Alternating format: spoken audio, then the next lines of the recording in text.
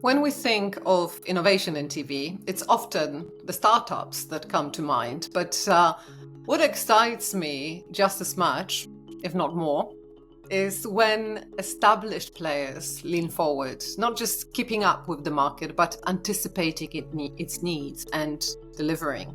Broadpeak is one of those rare companies. They're showing that scale and agility can go hand in hand. Today's guest is someone helping to shape the future of TV. Xavier Leclercq, VP of Business Development at Broadpeak.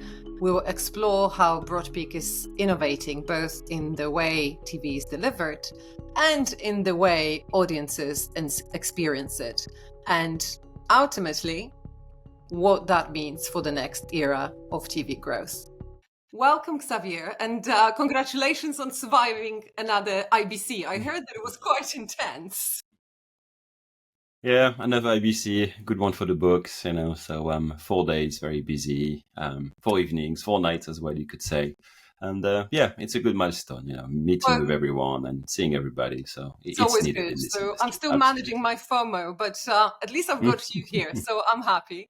But Broadpeak has long been a seasoned player in the TV ecosystem. I mean, you are not newcomers, yet you continue to stay out in front of the market. What is it about your innovation approach or culture that enables you to deliver interactivity and new monetization formats while others are still just talking about it?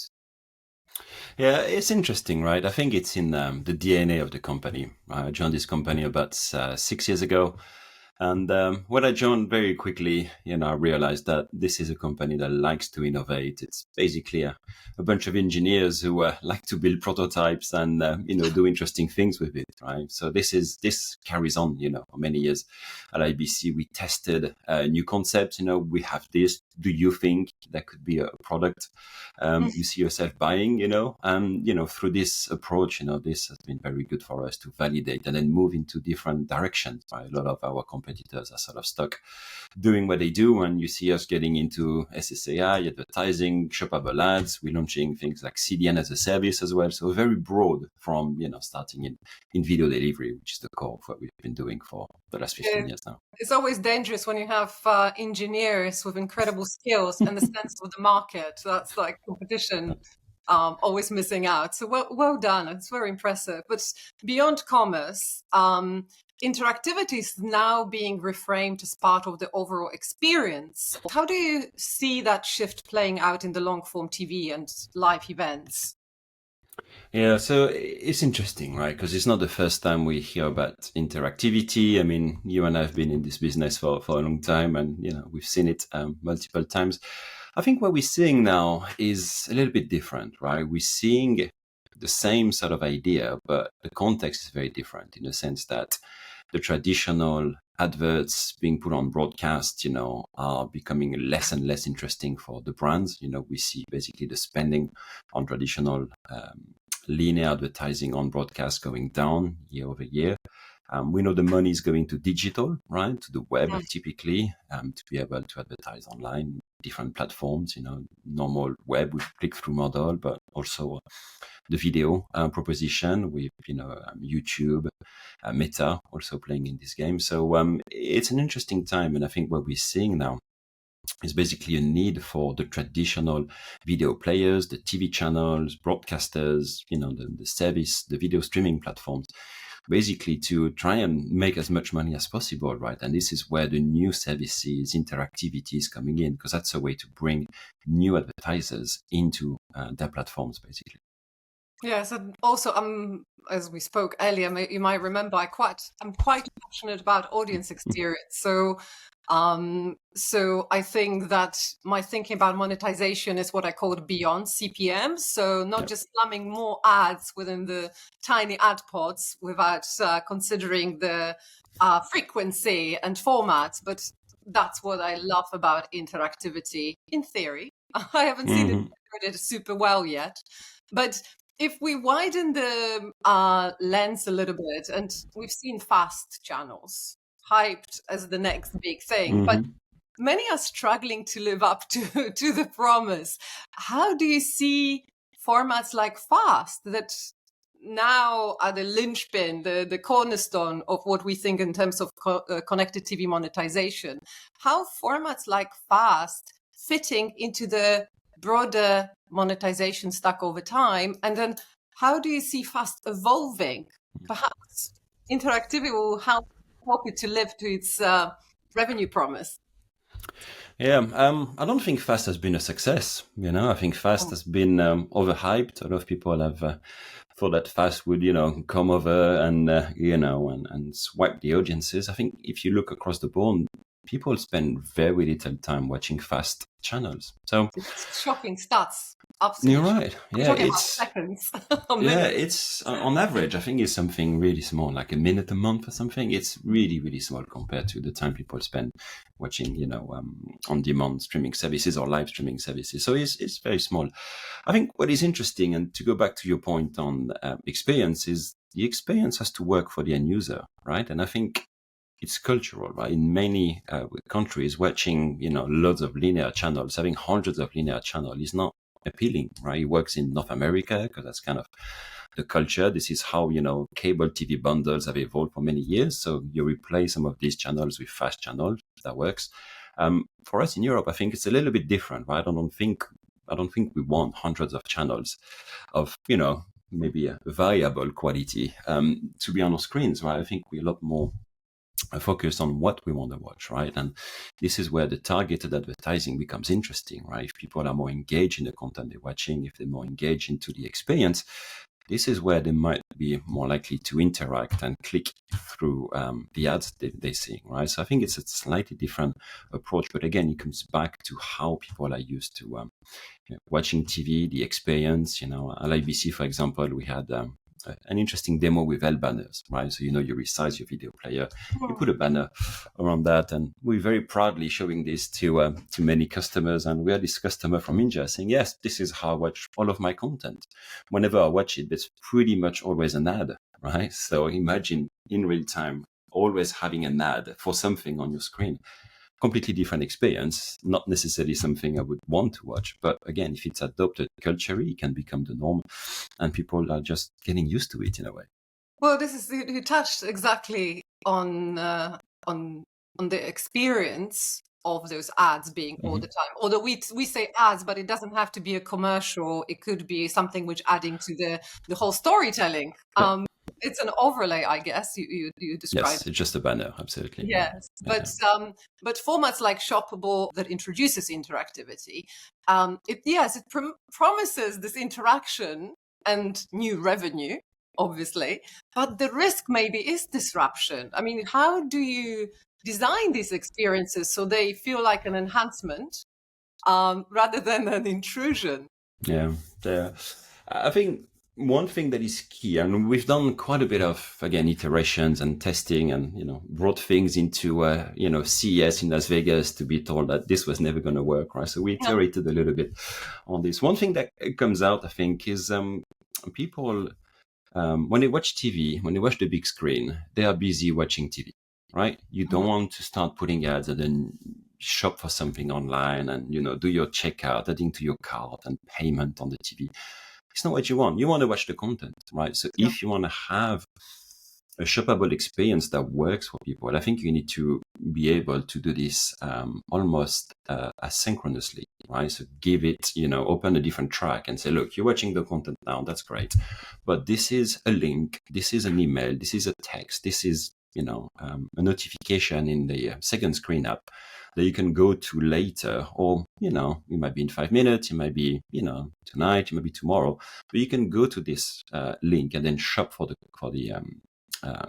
good, the product when you want it, right? And I think this is this idea of not having to interrupt the viewing and being able to open the second sort of branch, to be able to get to the sale when you're ready for it. I think this is what makes, Shoppable more interesting now. We tried with... Sorry, go ahead. Maybe it's just an entry point into Shoppable because I'm fixated on monetization, but also maybe it's just additional interactive storytelling. Do you remember those old, we're probably of similar age a bit. So do you remember the sort of early days growing up, the idea of that you can choose the ending of the piece of content. That nothing really like that took place. Yeah. But now we've I was a big fan of that. It's interesting you bring this up. I remember reading those books, where you would choose, what would happen at the end of the paragraph, jump to this number, and you would build your own story. Yeah, it's interesting. Yeah, this has never quite materialized in the TV world, but yeah, there were talks about it. Maybe because it doesn't pay enough. I don't know. I'm just maybe being sarcastic now. But can you share a concrete example, or maybe a couple from different genres, maybe in sport or entertainment or life events, where the Shoppable and Interactivity sort of clearly adding value? Well, has it add value? Perhaps not, but a couple of examples, please, if you sure. The one I like is when it comes to Shoppable. So Shoppable can obviously be a video you're showing as part of an ad break. So traditional ad break, there's the football game, it's halftime. Here is your ad for your your Uber Eats or whatever food delivery service you're using, right? So that can be a click through the remote. You get a link. You open your app automatically. They select the nearby sort of restaurants that can deliver. And here we go. You do your transaction and the attribution goes back to the ad that was played in the video format. So that's, something that we demonstrated. It's not live yet, but this is the sort of things we know how to do now. So I think that's interesting. Beyond that, what I quite like is this idea of doing a similar approach with Shoppable, but with non-linear ads. So basically you have an ad, you have a banner, or, maybe another piece of video that you want to play, but you're not going to interrupt the main video. So you either do an overlay. Some customers like to do a split screen. So we were talking with a customer who has a lot of Nordic sports, like cross-country racing. It's like 3 hours of races. There's no natural sort of break in between. So what they would do is resize the video for a bit, and then half of the screen would become an ad, and you get a video ad being played, but it becomes non-linear because the screen continues, the action continues to play on the screen. And I think this is quite interesting, right? Because you need to look for the right time to be able to insert the ads. So genre, I guess, which and the type of content, you probably won't do it on top of Downton Abbey. You might do it on top of James Bond, given the sort of brands. Yeah. But this becomes quite interesting, right? Because you look for the right time to put the ad, right? So this is not a problem we had before. We used the markers, we know when the ad breaks were. Now you find yourself, for example, in a football game saying, okay, when is the best time to put the Uber Eats advert? Is it, you don't want to put it when a goal is about to happen, right? Because you will disrupt the experience, and that's not what you want to do. But if someone, for example, on the pitch gets a red card, right? With a red card, what's going to happen, right? The players are going to complain. They're going to gather around the referee. They're going to talk a little bit. And then the guy getting the red card is going to walk off the pitch at a very slow pace, right? So you have about 20, 30 seconds of nothing happening on screen. Is it not the exciting part? I mean, I'm not a football supporter, but it's where you just sort of sit in front of the telly and biting your nails. But okay, I hear you. Nothing is happening. Not much is gonna. You know the outcome, right? Once the red card is shown, you know the outcome, right? So isn't it the right time maybe to say, look, here are maybe 4 options for Uber Eats, and click your favorite, I don't know, pizza delivery, and get your food ordered at the time, through a link on your TV. I believe this can be quite interesting, right? So that becomes an interesting challenge, right? New ways of finding the best time to put the ad, and then see if people are clicking on it, right? Because with Shoppable, what you get is a lot of performance data, and you can quickly see if this is working or not, right? So this opens new models, new possibilities to basically try and be as efficient as possible. Yes, but then, oh gosh, so many ideas suddenly about finding the moments where to put it. I suppose now we've got AI. In theory, that should make it easier. You can sort of, I don't want to now go into the AI discoverability of, instead of metadata, have AI understanding frame by frame. But that makes it finally possible. And also the addressability of advertising. Why don't we just have addressability of content and let maybe audiences to choose? Do you want the interactive part and with loads of enhanced and discounts and experiences, or do you want just the sort of end-to-end? So yeah, another tier to the ad-funded model, perhaps. Yeah.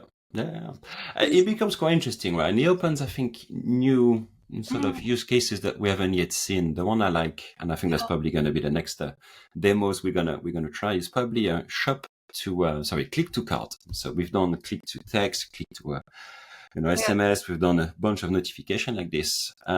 Now, if we were able to, for example, cross-reference your your email address that you use for your grocery shoppings, your Tesco delivery, with the email address you use for your streaming service, and find that the two are matching, we know that you are a Tesco customer, for example, and you might be, I don't know, into your fine wine, right? So during a low time in, the sport you're watching, something is not that exciting, I might pop up a little ad and say, look, here is a great deal on the wine, buy one, get one free.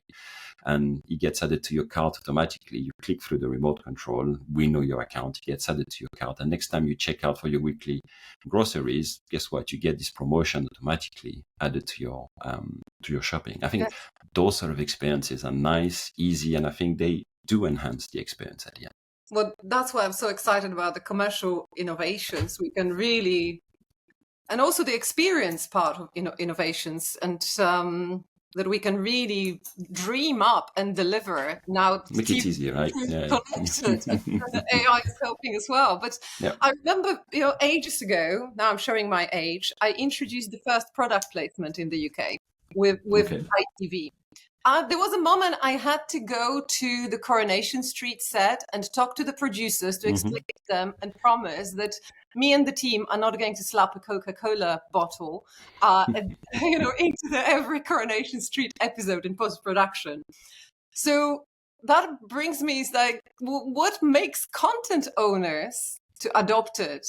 And is there a big learning curve and fear that we completely will change with this interactivity, the way how audiences perceive their creations?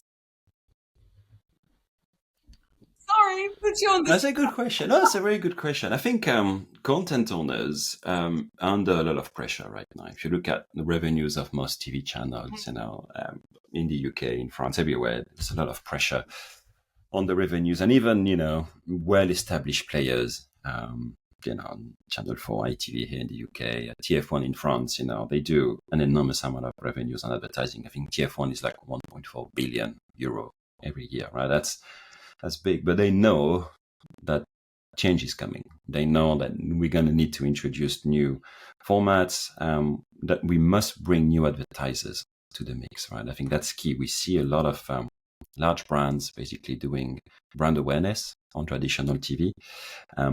But what we're missing is probably the small and medium enterprise to also advertise on TV, right? And they don't do that because it's not targeted enough today. So if we bring the tools, if we bring the mechanics to be able to do that, then there should be more money going in. And I think if I was a content provider, if I was creating content, I'd probably look at this opportunity to basically reassure myself that there is a growth, and there is a strong chance that we will be able to continue doing what we're doing today because of the advertising money that's going to keep coming in. And if it doesn't, if in the end we see a lot more digital onto I don't know, Amazon, Meta, Google with YouTube, if a lot of the money continues to stay there, I think it poses a threat to the broadcasters business, right? So I think it's a mix of optimism, because yes, there are opportunities, interesting things to do, but we also need to think, how do we sustain the model we have? How do we make sure that the creators can continue to create? And to do that, the ad revenues have to grow, right? And this is, I think, something really important. Yes, and we can be really, truly creative now with it as well, while we're caring for experience of both audiences, but also brands. I came back yesterday from the Royal Television Society convention with the UK public service broadcasters, talking about the growth. Where do we grow from here? Strangely, nobody mentioned interactivity and shoppability, but that was a fascinating discussion to understand how they feel they will fit into the ecosystem with Netflix, with Roku, with it's a big challenge, isn't it? Huge change. Gosh, we should have another discussion on this. Just on that, yeah, it's fascinating because we also know that eventually the traditional broadcasters will move to a pure IP distribution, right? The question is when. Eventually, we will switch off terrestrial TV and the traditional broadcast model will go away. It'll be replaced by pure streaming. And then you're right, the question becomes, what's the difference between a Netflix or, a Prime Video service and an ITV or a Channel 4 streaming service? Today, you have different regulations, different platforms, but going forward, how does that look like? And, there are a lot of interesting, I think, cogs and, moving parts in this equation. Things like 3D, for example, going into the mix, saying, look, I'm going to make the experience a lot easier for everyone because TV is TV and we need to recreate TV experience for people who may not be as technically able as us. I mean, I consider ourselves able to install apps and update and agree to GDPR and cookies and whatnot. I know for my parents, for example, it's not as easy when they have to go through these unconnected TVs. All the apps and all that can be quite confusing, and guides are looking different whether you are on one application or the other. The search stays within one application, and I think what the kind of things that Free are doing today, trying to put it back into a simple TV experience, I think that's really important, right? Because otherwise we're at risk of potentially making TV a lot more complex, a lot more difficult to use than it is today, and that would be a big step backward, I think. Yes, but there's also a huge mindset shift that needs to happen. So it's exciting. And it is not only just with the audiences to learn that it's more interactive, that there are apps, that there is a GDPR, that are loads of clicks, and it's possibly not easy. But it's the broadcasters getting, as you say, digital, but also the mindset shift that they need to compete with Netflix's, and the regulation is not going to secure their prominence. They actually need to compete. Yeah, but on the sort of finally, on a more personal note, what excites you most about this new chapter of TV? Where the line between the viewing and action is blurring?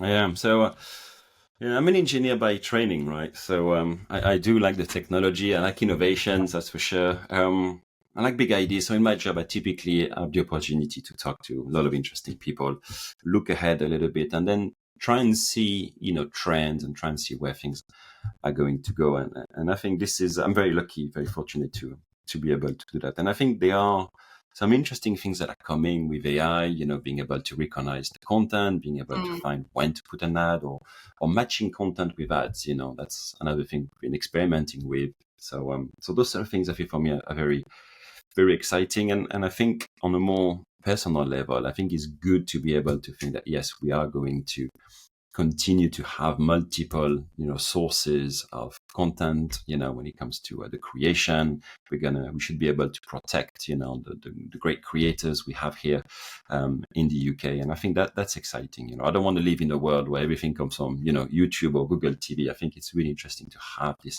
breadth of, content. Oh, AI, true. Yeah. Brilliant. Thank you so much for sharing it. And as I said, it's always the most dangerous, the engineer with understanding of trends and market. So thank you so much, Xavier. Good. Thank you, Annie. Hopefully see you soon on Media Unscripted again. Thank you. Thank you.